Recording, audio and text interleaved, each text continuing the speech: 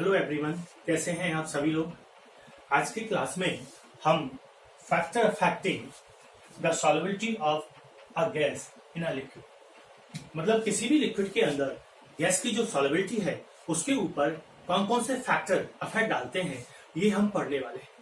तो निश्चित तौर पर सबसे पहले हम पढ़ेंगे कि ये सॉल्युबिलिटी ऑफ गैस होती ही क्या है। तो गैस की सॉल्युबिलिटी को हम इस तरह से एक्सप्रेस कर सकते हैं कि 1 centimetre cube of liquid, 1 centimetre cube of liquid को गैस से सैचुरेट करने के लिए जितनी गैस सेंटीमीटर क्यूब में डिजॉल्व हो सकती है, मैं फिर से रिपीट कर रहा हूं कि अगर 1 सेंटीमीटर क्यूब ऑफ लिक्विड है, उसको किसी गैस से सैचुरेट करने के लिए हमको गैस का जितना वॉल्यूम उसके अंदर डिजॉल्व करना पड़ेगा, अगर हम उस वॉल्यूम को एसटीपी पे चेंज कर दें तो वो गैस का वॉल्यूम एसटीपी पर वो गैस का वॉल्यूम उस गैस की सॉल्युबिलिटी है। तो इस सॉल्युबिलिटी को एब्जॉर्प्शन कोएफिशिएंट भी बोलते हैं। अब इस सॉल्युबिलिटी को कौन कौन से फैक्टर अफेक्ट कर रहे हैं, तो उसमें सबसे पहला फैक्टर है nature of gas and solvent. तो गैस का नेचर और सॉल्वेंट का नेचर, ये दोनों ही नेचर किसी भी गैस की सॉल्युबिलिटी को सॉल्वेंट के अंदर या लिक्विड के अंदर अफेक्ट करते हैं। जैसे हमने देखे हैं कि हाइड्रोजन है, नाइट्रोजन है, ऑक्सीजन है, ये वाटर के अंदर बहुत कम सॉल्युबल होती है। लेकिन अगर हम HCl, NH3, H2S गैस को देखेंगे तो ये वाटर के अंदर बहुत ज्यादा सॉल्युबल होती है। इसके पीछे रीजन है कि ये गैस वाटर के साथ रिएक्शन कर लेती है। जैसे अगर हमने HCl गैस लिया तो HCl गैस एक्वस वाटर के साथ रिएक्शन करके HCl एक्वस का फॉर्मेशन करेगी और HCl लिक्विड सॉल्यूशन का फॉर्मेशन करेगी। HCl एक्वस आयोनाइज हो जाएगा H पॉजिटिव और Cl नेगेटिव के अंदर। तो इसने वाटर के साथ, एक्वस मींस वाटर के साथ इंटरेक्शन कर लिया है, इसलिए इसकी सॉल्युबिलिटी ज्यादा होती है। ऐसे ही अगर हम अगला एग्जांपल लें NH3 का, तो NH3 वाटर के साथ रिएक्ट करके NH4OH का फॉर्मेशन करती है और ये NH4OH आयोनाइज होके NH4 positive aqueous plus OH negative aqueous का फॉर्मेशन। यहां पे भी हम एक्वस लिख सकते हैं। तो डेफिनेटली HCl वाटर के साथ इंटरेक्ट कर रही है, NH3 वाटर के साथ इंटरेक्ट कर रही है, तो वाटर के अंदर इनकी सॉल्युबिलिटी ऑक्सीजन, नाइट्रोजन जैसी गैसों से हमेशा ज्यादा रहेगी। ऐसे ही अगर हम सॉल्वेंट के ऊपर जाएं तो ऑक्सीजन है, CO2 गैस है, ये वाटर के अंदर कम सॉल्युबल है। लेकिन अगर हम इथाइल अल्कोहल की बात करें तो इथाइल अल्कोहल के अंदर ये बहुत ही ज्यादा सॉल्युबल होती है। तो गैस की नेचर जिसको डिजॉल्व किया जा रहा है और जिस सॉल्वेंट के अंदर इसको डिजॉल्व किया जा रहा है, इन दोनों की नेचर गैस की सॉल्युबिलिटी को बहुत ज्यादा अफेक्ट करती है। दूसरा फैक्टर है इफेक्ट ऑफ टेम्परेचर। टेम्परेचर सभी को मालूम है कि टेम्परेचर बढ़ाने पर गैस की सॉल्युबिलिटी कम हो जाती है। टेम्परेचर बढ़ाने पर किसी भी लिक्विड के अंदर गैस की सॉल्युबिलिटी कम हो जाती है। इसके पीछे रीजन जो है उसको हम ली सैटेलियर प्रिंसिपल से समझ सकते हैं। अगर हमने कोई गैस लिया और इसको सॉल्वेंट के अंदर, थोड़ा सा नीचे लिखते हैं, अगर हमने गैस लिया और इसको अंदर सॉल्वेंट में डिसॉल्व किया तो सॉल्यूशन का फॉर्मेशन हो जाएगा प्लस हीट प्रोड्यूस हो। कोई भी गैस जब किसी सॉल्वेंट में डिसॉल्व हो रही होती है तो ये सॉल्यूशन और ये इक्विलिब्रियम एक स्टेबलाइज हो जाता है। ये इक्विलिब्रियम हमको बता रहा है कि अगर हम सॉल्यूशन का टेम्परेचर इंक्रीज करते हैं, उसको हीट देते हैं, तो ये प्रोसेस या रिएक्शन है, जो रिवर्सिबल रिएक्शन है, ये बैकवर्ड डायरेक्शन में रिवर्स हो जाएगी, चली जाएगी। तो गैस की सॉल्युबिलिटी इसके अंदर कम हो जाती है। तो इफेक्ट ऑफ टेम्परेचर को मैं एक बार फिर से रिपीट करता हूं कि टेम्परेचर बढ़ाने पर गैस की सॉल्युबिलिटी कम हो जाती है, जिसको हम एक एग्जाम्पल की हेल्प से भी समझ सकते हैं। आजकल ये एग्जाम्पल बहुत देखने को मिलता है कि अगर हम सोडा वाटर की बोतल या कोक की बोतल या पेप्सी की बोतल को गर्म कंडीशन में खोल दें तो उसके अंदर से झाग निकल जाते हैं और पूरी गैस रिलीज हो जाती है। लेकिन अगर वही कोक की बोतल को हम ठंडा करके, कोल्ड करके, कूल कंडीशन में अगर खोलते हैं तो उसकी गैस निकलती तो है लेकिन बहुत कम निकलती है। लेकिन गर्म कंडीशन में पूरा गैस झाग के रूप में बाहर निकल जाती है। तो सीधी सी बात है कि गर्म कंडीशन में टेम्परेचर ज्यादा हुआ होता है और उस समय उसकी सॉल्युबिलिटी कम हो जाती है। तीसरा है effect of pressure. Effect of pressure को हम हेनरी लॉ के जरिए समझ सकते हैं। प्रेशर बढ़ाने पर किसी भी गैस की सॉल्युबिलिटी लिक्विड के अंदर बढ़ जाती है। अगर हम एक पिस्टन का एग्जांपल लें, हमने कोई सॉल्वेंट भर दिया है और यहां पर गैस भरा हुआ है। अगर इस पर हम पी प्रेशर लगा के प्रेशर बढ़ा देते हैं तो रिजल्ट क्या आता है कि गैस की सॉल्युबिलिटी इस लिक्विड के अंदर बढ़ जाती है। गैस की सॉल्युबिलिटी इस लिक्विड के अंदर बढ़ जाती है। तो प्रेशर बढ़ाने पर गैस की सॉल्युबिलिटी किसी लिक्विड के अंदर इंक्रीज हो जाती है। इसे हम हेनरी लॉ की हेल्प से समझ सकते हैं। हेनरी ने इसको एक्सप्लेन किया अपने लॉ की हेल्प से। उन्होंने कहा किसी गिवन वॉल्यूम में या यूनिट वॉल्यूम में किसी लिक्विड के यूनिट वॉल्यूम के अंदर गैस का जो मास डिसॉल्व होता है वो उसके गैस के पार्शियल प्रेशर के डायरेक्टली प्रोपोर्शनल होता है। तो उन्होंने कहा कि m directly proportional to P। यहां पर m है गैस का मास जो यूनिट वॉल्यूम लिक्विड के अंदर डिसॉल्व हो रहा है और ये P है किसी भी गैस का प्रेशर। तो मैथमेटिकली हम इसको लिख सकते हैं कि m directly proportional to P या m इक्वल K। अब यहां पर एक बात और हमारी समझ में आई कि यूनिट वॉल्यूम के अंदर गैस का मास जो डिसॉल्व हो रहा है उसको हम सॉल्युबिलिटी के भी कह सकते हैं। तो किसी भी गैस की सॉल्युबिलिटी इक्वल Kp। अब यहां पर सॉल्युबिलिटी ग्राम पर लीटर में हो सकती है या मोल पर लीटर के अंदर हो सकती है या ये सॉल्युबिलिटी मोल फ्रैक्शन के तौर पर भी हो सकती है। तो इसका एक और फॉर्म हमारे सामने आया कि मोल fraction of gas, mole fraction of gas A is directly proportional to the partial pressure of gas. Mole fraction of gas in liquid solution is directly proportional to the partial pressure of gas over the liquid. अगर कोई gas A suppose करें किसी liquid के साथ equilibrium में, कोई भी gas किसी लिक्विड के साथ इक्विलिब्रियम है तो उस गैस का मोल फ्रैक्शन लिक्विड सॉल्यूशन के अंदर उस गैस के पार्शियल प्रेशर के डायरेक्टली प्रोपोर्शनल होगा और इसको हम लिख सकते हैं ऐसे इक्वल K डैश P। अब इसका एक और फॉर्म हम डेवलप कर सकते हैं। कैसे? हम इसको ऐसे लिखें PA equal 1 K dash into x. 1 K dash एक और कांस्टेंट हो जाएगा और इसको हम लिख सकते हैं PA equal KH into x.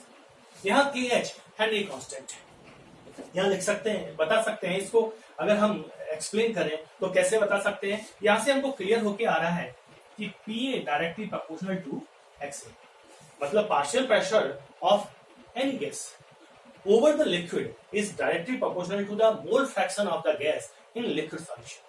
किसी भी लिक्विड सॉल्यूशन के ऊपर जो गैस है, वेपर फेज में जो गैस है, उसका पार्शियल प्रेशर लिक्विड सॉल्यूशन के अंदर गैस के मोल फ्रैक्शन के डायरेक्टली प्रोपोर्शनल होता है। ये एक और फॉर्म आ जाता है हेनरी लॉ का। अब हमारे सामने एक समस्या आती है कि जब न्यूमेरिकल प्रॉब्लम आएंगे तो हम इस लॉ का इस फॉर्म का यूज करेंगे या हम इस फॉर्म का यूज करेंगे या हम इस फॉर्म का यूज करेंगे। तो बिल्कुल क्लियर है कि इस न्यूमेरिकल प्रॉब्लम के अंदर जो कांस्टेंट है, उसकी जो प्रोपोर्शनलिटी कांस्टेंट है, उसकी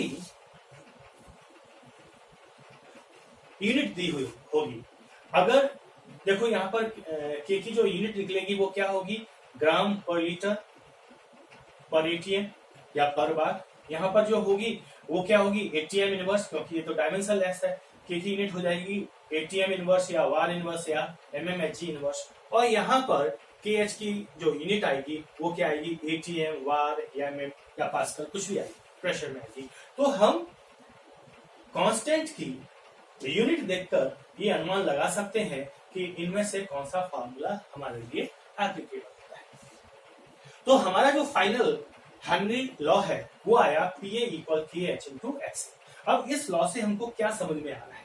इस लॉ से हमको ये समझ में आ रहा है कि एक तो हेनरी लॉ कांस्टेंट है KH, it is the function of gas, ये गैस के ऊपर डिपेंड करता है। दूसरी बात ये है कि अगर हेनरी लॉ किसी भी गैस के लिए हेनरी लॉ कांस्टेंट की वैल्यू ज्यादा है तो गैस की सॉल्वेंटी कम होगी।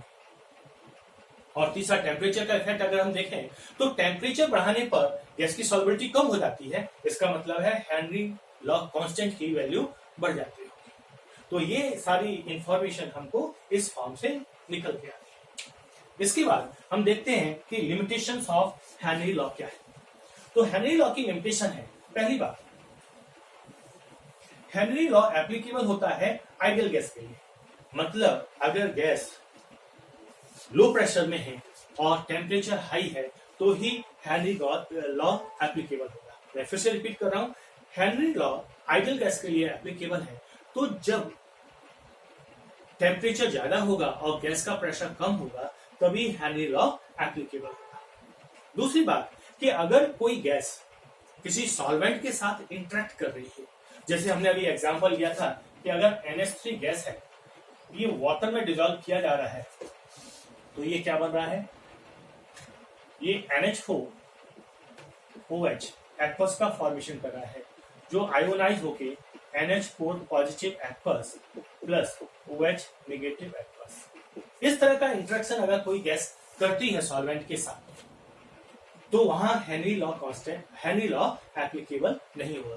तो इस एग्जांपल के लिए हेनरी लॉ एप्लीकेबल नहीं होगा। फिर अगला पॉइंट आता है एप्लीकेशन ऑफ हेनरी लॉ। तो हेनरी लॉ के क्या क्या एप्लीकेशन है, तो सबसे कार्बोनेटेड बेवरेज है, सोडा वाटर है, कोल्ड ड्रिंक्स जो बनाई जाती है, कोक है, पेप्सी है, वो हेनरी लॉ के ऊपर ही वर्क करती है क्योंकि इनके अंदर कार्बन डाइऑक्साइड गैस को हाई प्रेशर के अंदर भर दिया जाता है और वो उसके अंदर सॉल्युबल हो जाती है। दूसरा, हमारे लंग्स जो वर्क करते हैं वो भी हेनरी लॉ के ऊपर वर्क करते हैं क्योंकि जब हम रेस्पिरेशन कर रहे होते हैं तो एयर जब हमारे लंग्स में पहुंचती है तो वहां पर ऑक्सीजन का पार्शियल प्रेशर ज्यादा होता है और ब्लड का हीमोग्लोबिन ऑक्सीजन के साथ मिलकर ऑक्सी हीमोग्लोबिन का फॉर्मेशन कर देता है क्योंकि जब पार्शियल प्रेशर ज्यादा होगा तो ब्लड में वो सॉल्युबल हो जाएगी और जब ये ऑक्सीजन टिश्यूज पर पहुंचती है तो वहां पर ऑक्सीजन का पार्शियल प्रेशर कम होता है तो उसकी सॉल्वेंटी कम हो जाती है और वो वहां पर रिलीज हो जाती है। तो हम जो रेस्पिरेशन करते हैं वो भी हेनरी लॉ के ऊपर ही डिपेंड करता है। इसके अलावा जो गोताखोर समुद्र के अंदर जाते हैं, गहराई के अंदर जाते हैं, वहां पर भी हेनरी लॉ वर्क कर रहा होता है। जैसे जो सी डाइवर सिलेंडर में ऑक्सीजन लेके जाएंगे उसके साथ नाइट्रोजन गैस भी कुछ रहती है ऑक्सीजन को डाइल्यूट करने के लिए। हालांकि उसमें हीलियम भर देते हैं ऑक्सीजन को डाइल्यूट करने के लिए क्योंकि नाइट्रोजन की ब्लड के अंदर सॉल्युबिलिटी बहुत ज्यादा है। तो इसी का इफेक्ट मैं बता रहा हूं आपको कि जब वापस लौट के कोई सी डाइवर ऊपर आता है, डीप सी डाइवर ऊपर आता है तो जो ऑक्सीजन के साथ नाइट्रोजन ब्लड के अंदर डिसॉल्व हो गई होती है, प्रेशर रिलीज होने पर वो उसकी सॉल्युबिलिटी कम हो जाती है और बबल्स के फॉर्म में वो बाहर आ जाती है। तो ब्लड के अंदर वो बबल्स प्रोड्यूस कर लेती है जो बहुत हार्मफुल होते हैं और ये जो सी डाइवर है उसके लिए बहुत पेनफुल भी होता है। इसके अलावा ये ब्रेन हेमरेज और हार्ट अटैक जैसी प्रॉब्लम भी कॉज कर सकते हैं। इसके अलावा हमें देखते हैं कि ऊंचाई पर जाके रेस्पिरेशन में सांस लेने में दिक्कत आने लगती है। इसके पीछे भी रीजन क्या है कि ऊपर जाने पर पार्शियल प्रेशर ऑक्सीजन का कम हो जाता है, पूरे एटमॉस्फेरिक प्रेशर कम हो जाता है तो ऑक्सीजन का भी पार्शियल प्रेशर कम हो जाता है, तो उसकी जो सॉल्युबिलिटी ब्लड के अंदर है वो कम हो जाती है और हमको सांस लेने में प्रॉब्लम हो जाती है। तो ये एप्लीकेशन है कुछ जो हेनरी लॉ को एक्सप्लेन करते हैं। अब हम इसके ऊपर कुछ प्रॉब्लम्स करेंगे, तो प्रॉब्लम्स करते हैं। चलिए, तो इस पर एक न्यूमेरिकल प्रॉब्लम है हेनरी लॉ के ऊपर। The Henry law constant for O2 in water is 43.4 into 10 to the power 3 atm at 25 degrees Celsius.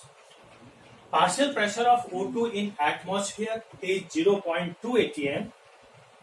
Calculate concentration of O2 in water in equilibrium at 25 degrees Celsius. अब suppose करो हमको ये concentration मोल पर litre में निकालनी है। इसमें निकाल लिए हैं, मोल पर लीटर में निकाल लिए। तो सबसे पहले हम ये देखें कि इस पर फॉर्मूला कौन सा वर्क करने वाला है। तो मैंने कहा था कि जो यूनिट है हेनरी लॉ कांस्टेंट की, उस यूनिट को देखो, ये एटीएम में है। तो इस वाले फॉर्मूले के अंदर KH की यूनिट प्रेशर में आती है, एटीएम, बार या mmHg या पास्कल, किलो पास्कल, क्योंकि H से डायमेंशनलेस है। तो हमारा फॉर्मूला इसमें लगेगा PA equal KH into x. अब यहां पर एक ही जगह हम क्या ले रहे हैं, ऑक्सीजन। ये गैस की जगह क्या ले रहे हैं, ऑक्सीजन, O2 ले रहे हैं। तो हमारा मोल फ्रैक्शन आ जाएगा, मोल fraction of O2 equal partial pressure of O2 upon KH। तो मोल फ्रैक्शन सबसे पहले निकाल लेते हैं। तो पार्शियल प्रेशर ऑफ ऑक्सीजन कितना दिया हुआ है, 0.2 atm आया। KH की वैल्यू कितनी दिया, 43.4, तो divided by 43.4 into 10 to the power 3, 43.4 into 10 to the power 3 atm। तो atm कैंसिल आउट हो गया। तो मोल फ्रैक्शन ऑफ O2 इसके अंदर आ रहा है 4.6। अगर हम इसको कैलकुलेट करें तो ये आएगा 4.6 इंटू 10 टू द पावर -6 आ जाएगा। 4.6 इंटू 10 टू द पावर -6 आ। लेकिन हमको आंसर मोल पर लीटर में देना है, सपोज कर, या जो भी वैल्यू उसमें यूनिट की दी होगी। अगर सिंपल मोल फ्रैक्शन में निकालना है तो हमारा आंसर आ गया। लेकिन इन केस अगर हमको मोल पर लीटर, मोलरिटी, मोलर्टी इसमें कैलकुलेट करना है तो हम कैसे करेंगे। तो हम इसका मोल पर लीटर में कंसंट्रेशन निकालते हैं। तो मोल पर लीटर का कंसंट्रेशन है कि हमने सपोज करो कि सॉल्यूशन 1 लीटर ले लिया, और 1 लीटर सॉल्यूशन के अंदर जितने मोल सॉल्यूट के डिसॉल्व होते हैं, दैट इज मोलरिटी। तो हमने ये माना कि टोटल सॉल्यूशन 1 लीटर है। तो 1 लीटर सॉल्यूशन 1000 ml सॉल्यूशन होता है, और 1000 ml 1 litre solution 1000 ml solution होता है, और 1000 ml सॉल्यूशन होगा 1000 ग्राम सॉल्यूशन। क्यों होगा, क्योंकि डेंसिटी, क्योंकि वाटर के अंदर ऑक्सीजन घुला हुआ बिल्कुल डाइल्यूट सॉल्यूशन है, तो उसकी डेंसिटी 1 ही होगी। तो 1 ग्राम पर ml। तो 1 ग्राम पर ml डेंसिटी हमने माना है, तो इसका अमाउंट, वाटर का अमाउंट हो जाएगा 1000 ग्राम। तो सबसे पहले हम number of mole of water निकाल लेते हैं। ये कितना आ गया, ये आ गया 1000 डिवाइडेड बाई 18 इक्वल 55.55। अब हम सपोज करो कि 1 लीटर वाटर के अंदर x मोल किसके घुले हुए हैं, या नंबर ऑफ मोल घुले हुए हैं ऑक्सीजन के। तो हम इसको पहले मोल फ्रैक्शन का फॉर्मूला लिखें, मोल fraction of O2 equal number of mole of O2 divided by number of mole of O2 plus number of mole of H2। लेकिन ऑक्सीजन के बहुत कम मोल हैं, हमको हेनरी लॉ कांस्टेंट से क्लियर हो रहा है कि इसके बहुत कम मोल हैं। तो ये फॉर्मूला, ये नेग्लिजिबल वैल्यू होने की वजह से प्लस माइनस में इसको हटा सकते हैं। तो number of mole of O2 divided by number of mole of H2। Mole fraction हमारा आ गया है, और हमने ये मोल फ्रैक्शन में इस तरह से किया है कि 1 लीटर वाटर के अंदर जितने मोल डिजॉल्व होंगे, तो मोल फ्रैक्शन कितना आया, 4.6 into 10 to the power -6 equal number of mole of O2 निकाल लें कहाँ, 1 लीटर वाटर के अंदर, और 1 लीटर वाटर के अंदर हमने मोल निकाल लिए हैं 55.55। तो नंबर ऑफ मोल आ जाएंगे O2 के 4.6 into 10 to the power -6 into 55.55। तो इसको अगर हम सॉल्व करेंगे तो ये आंसर आएगा 2.55 इंटू 10 टू द पावर -4 मोल। लेकिन ध्यान दें, ये वो मोल है जो 1 लीटर वाटर के अंदर डिजॉल्व है। तो इसका मतलब क्या है, 1 लीटर वाटर के अंदर जो मोल डिजॉल्व होते हैं उसी को हम मोलरिटी कहते हैं। तो इसकी मोलरिटी आ जाएगी equal 2.55 into 10 to the power -4। तो ये इसका आंसर, आप इसको नोट कर लीजिए। अगला सवाल है मोल fraction of H2 in saturated solution at 20 degree Celsius is 1.5 into 10 to the power minus 5. Find the pressure of H2 above the solution और KH दिया हुआ है हाइड्रोजन के लिए 20 डिग्री सेल्सियस पर 69.16 किलो। तो सबसे पहले जैसे हमने देखा था कि हम सिलेक्ट करें कि इसमें से हमारा कौन सा फॉर्मूला अप्लाई होगा। तो देखिए इसकी यूनिट है किलो बार, प्रेशर वाली यूनिट है, तो हमारा यही वाला फॉर्मूला फिर से अप्लाई होना है। तो फॉर्मूला हमने लिखा PA equal KH into XA। अब एक की जगह हमने क्या कर दिया, यहां पर हाइड्रोजन कर दिया। स्ट्रेट फॉरवर्ड सॉल्यूशन है इसका, बिल्कुल आसानी से हमको पता है क्या निकालना है इसमें, partial pressure, find the pressure of H2, hydrogen का प्रेशर निकालना है, KH की वैल्यू दी है और मोल फ्रैक्शन इसका दिया हुआ है। तो partial pressure of H2 equal आ जाएगा, KH कितना दिया है 69.16 किलो बार, तो इसको बाद में कन्वर्ट कर लें, इंटू 10 टू द पावर 3 कर दिया। और मोल फ्रैक्शन कितना दिया है, मोल फ्रैक्शन दिया है हाइड्रोजन का 1.5 ये दिया हुआ, into 10 to the power -5। Solve किया, मल्टीप्लाई किया, तो पार्शियल प्रेशर ऑफ हाइड्रोजन कितना आएगा 1.03718। तो ये इसका सॉल्यूशन हो गया। तो इसमें ध्यान देना है, हेनरी लॉ के ऊपर जो भी न्यूमेरिकल प्रॉब्लम आती है वो इन 3 फॉर्मूलों के ऊपर बेस्ड आती है। कोई एक अननोन वैल्यू होगी जिसको हमको फाइंड करना होगा, बाकी गिवन वैल्यू की हेल्प से निकालें। कंसंट्रेशन टर्म की नॉलेज होनी चाहिए इस पर, तो उसको ठीक से पढ़ लें और एनसीईआरटी आज ही पढ़ें इसको लेके, इसमें हेनरी लॉ वगैरह सारा पढ़ें और जो एनसीईआरटी में इसकी न्यूमेरिकल प्रॉब्लम दी है उनको आप सॉल्व करें।